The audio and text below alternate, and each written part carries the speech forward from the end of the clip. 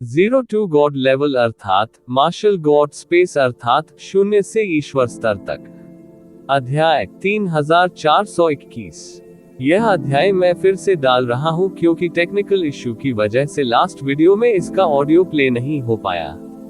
नमस्कार, आप कहानी में खो जाएं उससे पहले चैनल को सब्सक्राइब करें और नोटिफिकेशन ऑन करें। धन्यवाद। ये सब उसके चेहरे पर एक तमाचे की तरह था जिससे वह खुद को मूर्ख बना रहा था। सबसे पहले उन्होंने सोचा कि चाहे ये ज़िवेन ने कितना भी विरोध किया हो, ये ज़िवेन के लिए उनका प्रतिद्वंद्वी होना असंभव था। उसे बस ये ज़िवेन को दबाना था। अब उसे ये ज़िवेन को दबाना बाकी था, लेकिन इसके बजाय ये ज़िवेन ने उसे दबा दिया। वह इसे कैसे सह सकता था? ये सही है, अगर मुझ में ये क्षमता नहीं होती तो मैं तलवारों के पहाड़ पर चढ़ने की हिम्मत कैसे करता, ये ज़िवेन ने बेहोश होकर कहा। पहले उसने इसे छिपाने की पूरी कोशिश की, लेकिन अब जब यह उजागर हो गया तो छिपाने के लिए कुछ भी नहीं था। यह अफसोस की बात है कि तुम बहुत जल्दी बाहर आ गए। तुम एक बात के बारे में सही हो, थोड़ी देर बाद मैं तुम्हें मारने आऊंगा। ये ज़िवेन अपनी पीठ के पीछे हाथ रखकर खड़ा था, उसकी अभिव्यक्ति उदासीन थी। उनकी बातों से सभी को ये भी समझ आ गया कि दोनों पक्षों के बीच नाराजगी थोड़ी बहुत नहीं है। यदि ये ज़िवेन हाइरॉक्स काइफायर को मारने नहीं आया था, तो हाइरॉक्स काइफायर ये ज़िवेन को मारने के लिए आएगा। सुलह की कोई गुंजाइश नहीं थी। इन दोनों के बीच शायद जिंदगी और मौत का फैसला होगा। इससे कोई फर्क नहीं पड़ता कि कौन जीता, इससे संभवतः एक बड़ा भूकंप आएगा। ये ज़िवेन के पीछे पूर्वी स्वर्गीय भगवान थे और हाइरॉक्स काइफायर भी दक्षिणी स्वर्गीय भगवान के शिविर में था। दोनों के बीच की लड़ाई को लगभग दोनों खेमों के बीच पहली टक्कर के तौर पर देखा जा सकता है। हालांकि इसकी शुरुआत दोनों पक्षों के बीच व्यक्तिगत द्वेष से हुई, लेकिन एक तरह से ये दो बड़े पक्षों के बीच पहला टकराव भी था। हाइरॉक्स काइफायर का चेहरा असंतोष से भर गया। अतीत में ये ज़िवेन उसकी नजर में चींटी से अलग नहीं थी। अधिक से अधिक वह थोड़ी बड़ी चींटी थी।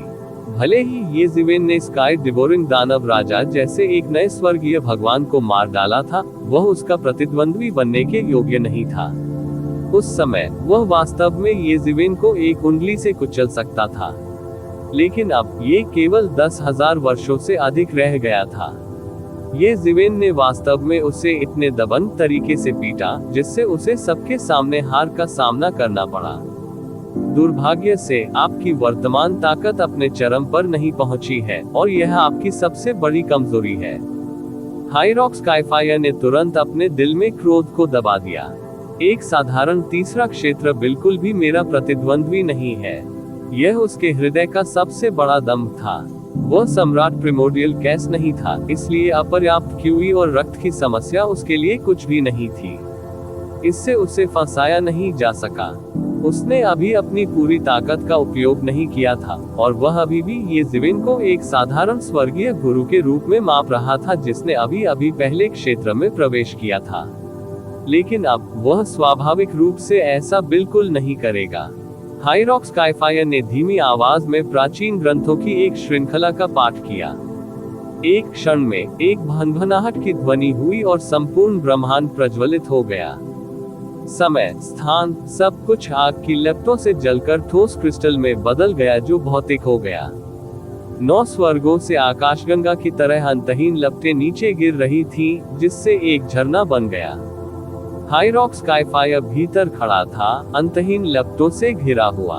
न जाने कब उसके हाथ में एक गहरे लाल रंग का भाला आ गया था। यह अज्ञात था जब भाले की नोक एक एम्पायरियन के खून से रंगी हुई थी, लेकिन वह बूंद बूंद करके नीचे टपक रही थी। दूर से देखने पर यह भयावह दृश्य था। ये बेहद चौंकाने वाला दृश्य था। कई लोगों ने ये दृश्य देखा और चाहे कितने भी वर्ष बीत जाएं, वे इसे कभी नहीं भूलेंगे। ये बेहद भयानक था और यह उनके दिलों में अंकित हो गया। स्वर्ग और पृथ्वी के बीच के सभी प्राकृतिक नियम आग की लपटों के प्राकृतिक नियम में बदल गए, जिससे उसका ज्वाला दिव्य देश बन गया।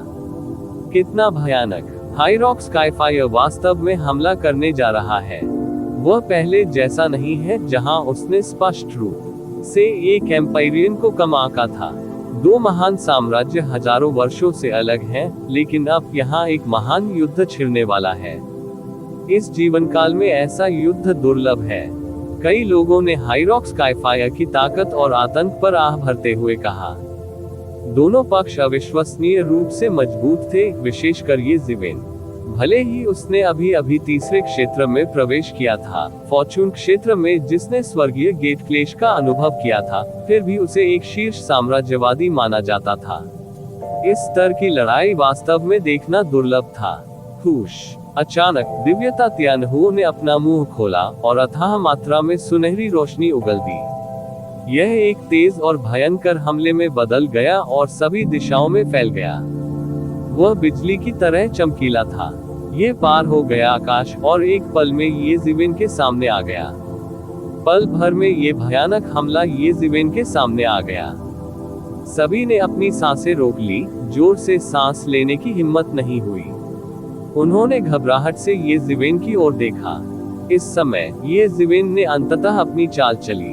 वह चिल्लाया, मारो! हाइरॉक्स स्काईफायर के हमले का सामना करते हुए उसे मात नहीं देनी थी। उसने अपने शरीर को लगभग दांव में बदल दिया और उसकी आभा ने पहाड़ों और नदियों को निगल लिया।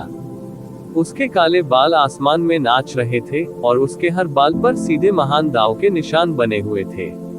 वह और भी अधिक रहस्यमय और अप्रत्याशित लग रहा था। उसके हर कदम के अपने प्राकृतिक नियम थे। ये स्वर्गीय दांव के साथ विलीन हो गया, जिससे एक भयानक प्रकाश स्क्रीन बन गई जिसने हाइरॉक्स स्काईफायर के हमले को अवरुद्ध कर दिया। टकराना! ये ज़िवेन को तुरंत महसूस हुआ कि उसकी बाह कांप रही है। इसने वास्तव में उसे एक पल के लिए स्तब्ध कर दिया।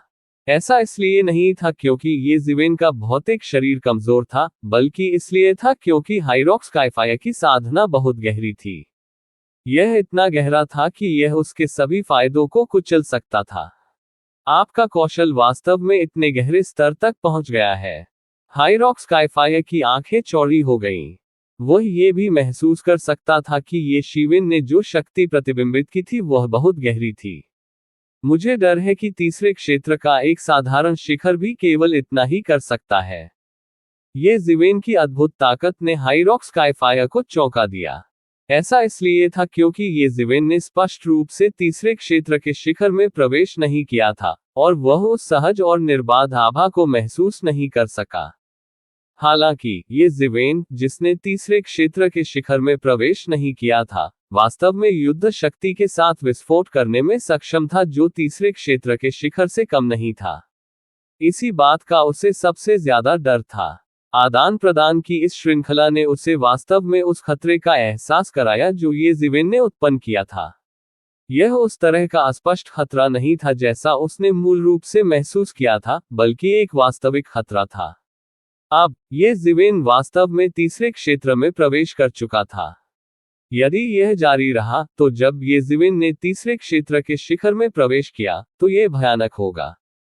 उस समय भले ही हाइरॉक्स स्काईफायर स्वर्ग गेट के माध्यम से टूट गया और चौथे दायरे में फिर से प्रवेश कर गया, ये ज़िवेन को मारना बहुत मुश्किल होगा।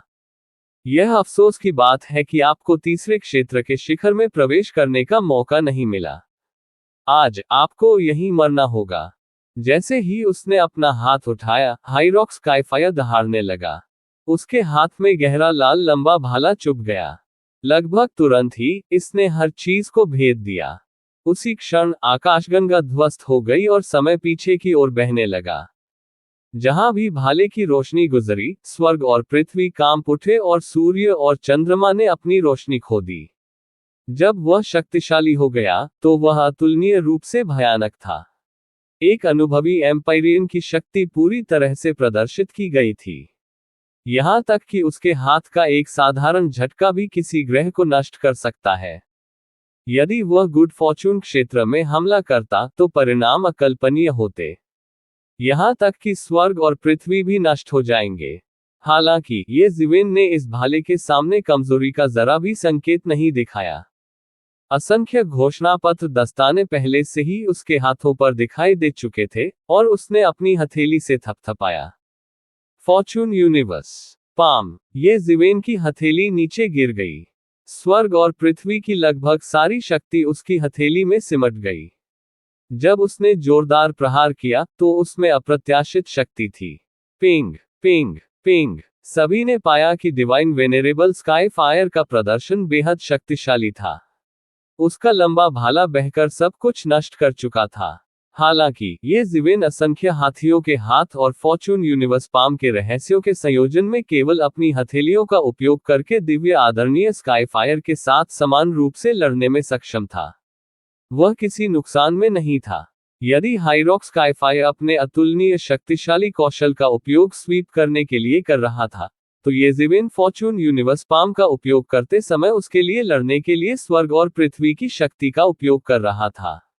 विशेष रूप से ब्रह्मांड में, आकाश में तारों का प्रकाश उड़ गया और फिर प्रकाश की अनगिनत किरणों में बदल गया। वे सीधे ये ज़िवेन की हथेली में घुस गए और फिर विस्फोट से बाहर निकल गए। ऐसा लग रहा था मानो वह पूरे ब्रह्मांड के केंद्र में खड़ा हो।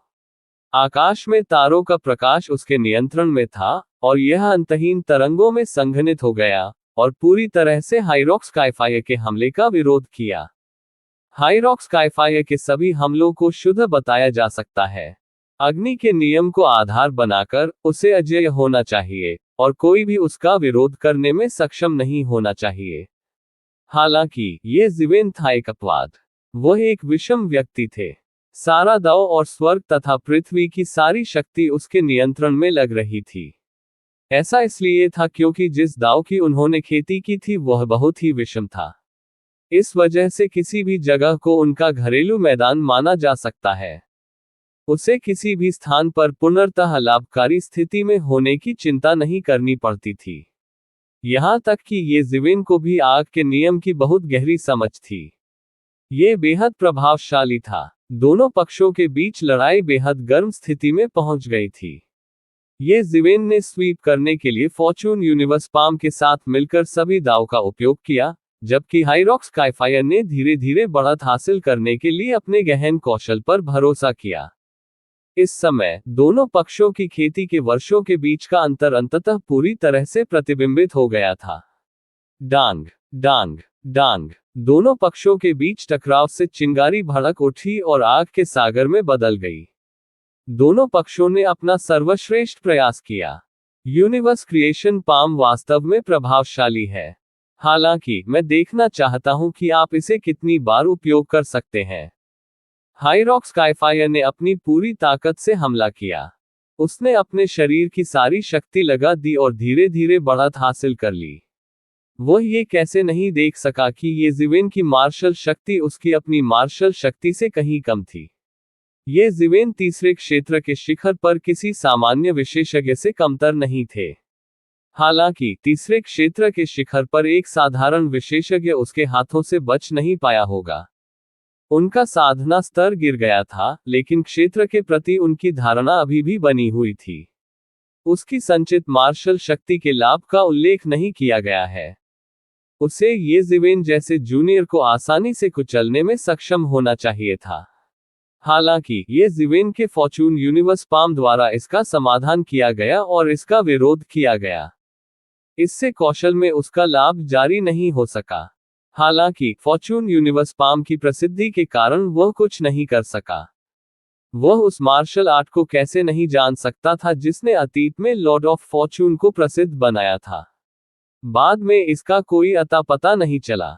पूरे फॉर्चून गॉड राजवंश में किसी ने भी इसे नहीं सीखा और यह सीधे तौर पर खो गया। वह नहीं जानता था कि यह श्रद्धेय मार्शल इसे कहां से लाया। उनकी किस्मत बहुत अच्छी थी। हालांकि मेरी पूर्ण शक्ति के सामने फॉर्चून यूनिवर्स पाम भी आपकी जान नहीं बचा सकता। हाइरॉक स्काईफायर के भाले ने ये ज़िवेन की हथेली को छेद दिया और ये ज़िवेन उड़ गई।